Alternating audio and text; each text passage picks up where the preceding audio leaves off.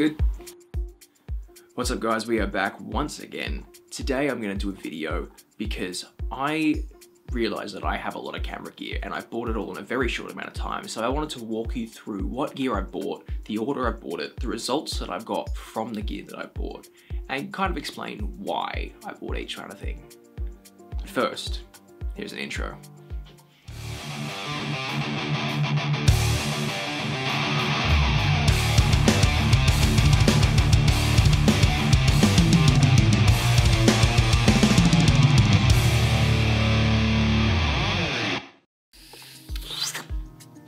So, my camera gear journey started because I was about to go traveling across the world to another country, and I wanted to just get a travel camera with me, something light, something small, something that'll fit in a bag.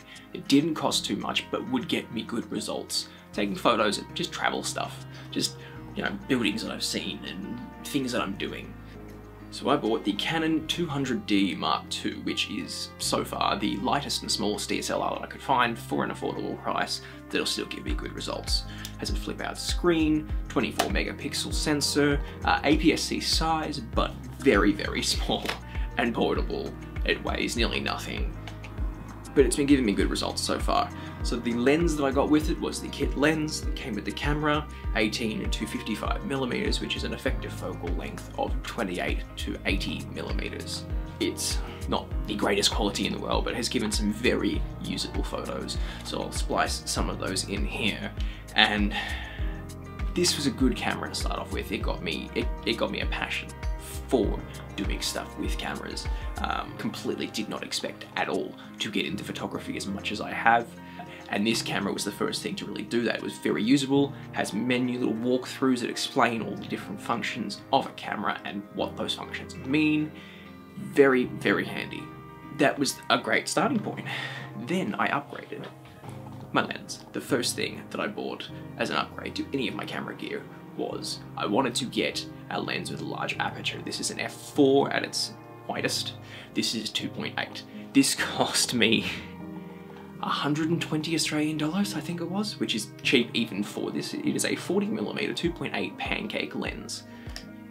It's tiny. It is that big.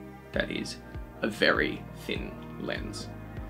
Again, it was purchased because I would be traveling. When you are traveling, this is a great purchase to take with you around the world. It is light, it's small, and it gives you very good quality for something that didn't cost very much. Then, because I got such a passion for photography and got really, really into it, I moved up another purchase, which is the lens that I'm using right now. It is a 35mm f2 image stabilized Canon lens. It cost me $600. Normally it's around about $900 to $1,000 brand new. I bought it secondhand, of course, but if you want to save money, that's what you do. I got that because a 35mm focal length on an APS-C camera works out to about 58mm, last I checked, which is almost a standard length when it comes to fixed lens cameras. It has an f2 aperture, which is wider. It gives me more bokeh, it gives me better low light usage, and the image stabilization is a godsend. So that's when I really started to get serious about I want to start photographing people professionally and getting into it, because I needed something that would be a workhorse, and a standard lens, prime lens, is a great place to start. After that, I bought one of the most important things you will ever need if you are doing photography outside of a camera and a lens, and that's a tripod. Not a big tripod, mind you, but a Robi GorillaPod. Cost me around $80, and probably one of the most useful things I have bought in the meantime. I've gotten a lot of use out of this. You can set it up pretty much anywhere. These things are extremely well known in the camera world. Not going to get you a lot of height, but still very, very useful, and has served me every day since I bought it. And all of that gear is what I took to the UK with me. I had to bring it obviously overseas in a bag. I had a laptop and an iPad to bring with me as well, so to save space, that is the maximum of what I planned on buying ever. Didn't stay that way. Once I got to the UK, my first purchase was a Rode microphone because I wanted to record music. I wanted to record myself playing the guitar, and I wanted better audio for that. So I bought the Rode video mic. which is what I'm recording this audio with currently. It served me really well. It's a little bit big, it runs off batteries, but overall, I have no complaints. It's done me really, really well. After the video mic, I then went on to buying an off-camera flash because one of my friends, who is a regular in the bar I work in, wanted me to photograph his birthday party, which would be a dark event.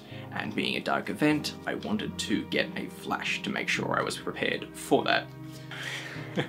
It's still got the stickers on it. Basically, I would tell people to look at the lips and that would get me the best results in terms of looking close to the camera. This is the Yongnuo Speedlight YN685, which is basically a budget version of one of the better Canon speedlights. Incredibly good, served me very well. It zooms in and out depending on what your focal length is. Cost me £80, I think it was, or $160. Along with that, also got a diffuser to stick on top of the camera flash to diffuse the light in case it was too strong at the event. Didn't end up using it, but had it just in case.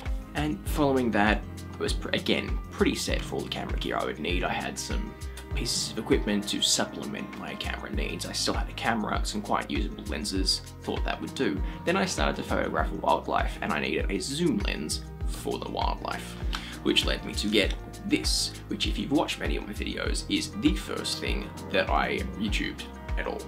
The Canon 70-200 f4L IS USM lens. And probably up till I got the EOS R, my favorite piece of equipment that I've owned. Incredibly good lens, big aperture, great for bokeh, great for portraits, and when doing wildlife on an APS-C camera gives you over a 300mm focal distance. Very, very useful for taking photographs of deer and of wild birds and things like that out in nature. Paid £450 for this, which is again a bargain. This thing is over 10 years old and incredibly, incredibly valuable. They don't depreciate in value very much at all. After that, again, I thought I would be set. Then I started to do these vlogs. And in doing these vlogs, I decided I needed more stable footage. So I bought the gimbal that you would have saw in my last video. I wanted to get more stable footage, and a gimbal is how you achieve that. So I got that for £250, so 500 Australian dollars.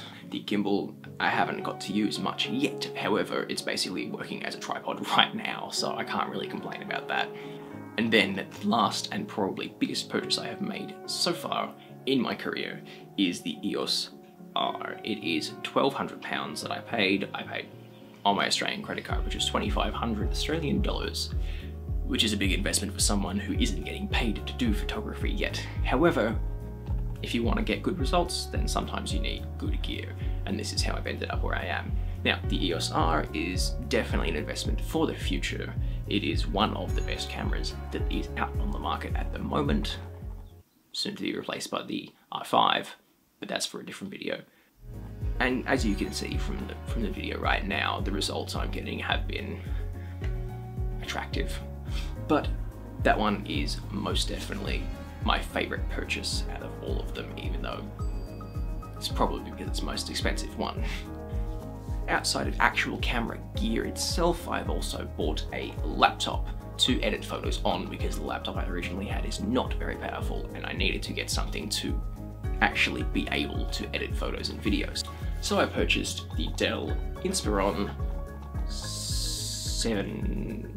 15-inch laptop. Big 4K screen, very beautiful, easy to work on. You can fold it into tablet mode if you want to work as a tablet for touch screeny things. Again, a very useful purchase. If you plan on editing any photos or videos, very important. Then I needed something to carry all this gear in because now I've got so much gear. So enter my new camera backpack. This is the Shutter in Contrast Alpine Pro BP150 camera backpack, which cost me £69. The main feature being the camera compartment, which will protect all of your gear from rattling around when you're out in the outdoors. There are other features, like a side access for your camera if you want to get these on the move, but outside of that, it's a pretty standard camera backpack. There's not really much more to say about that. And following all of that, we are now up to date with all of my camera gear. You will have seen bits and pieces from my camera journey.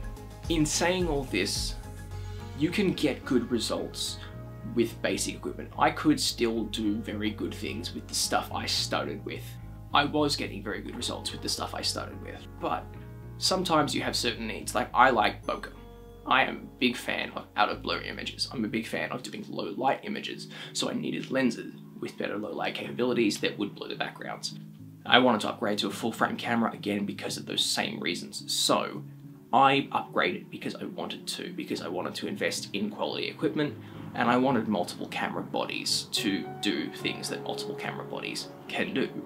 That's my personal journey. It's not the same journey that everyone will go through. I haven't even bought a full height tripod yet, but I haven't needed one as of yet, so this is where I've ended up. If you wanted to get into camera work, you may buy different things at different times. You may end up with completely different gear from me. There is quite a lot of other good gear out there that I could buy, but I'm traveling. I don't need lights, I don't need backdrops, I don't need studio gear, even though I want to buy that. I'm not in even a country where I can use that. And then if I do go back to another country, I have to somehow work out how to get all that back home. This is why I haven't bought these things yet.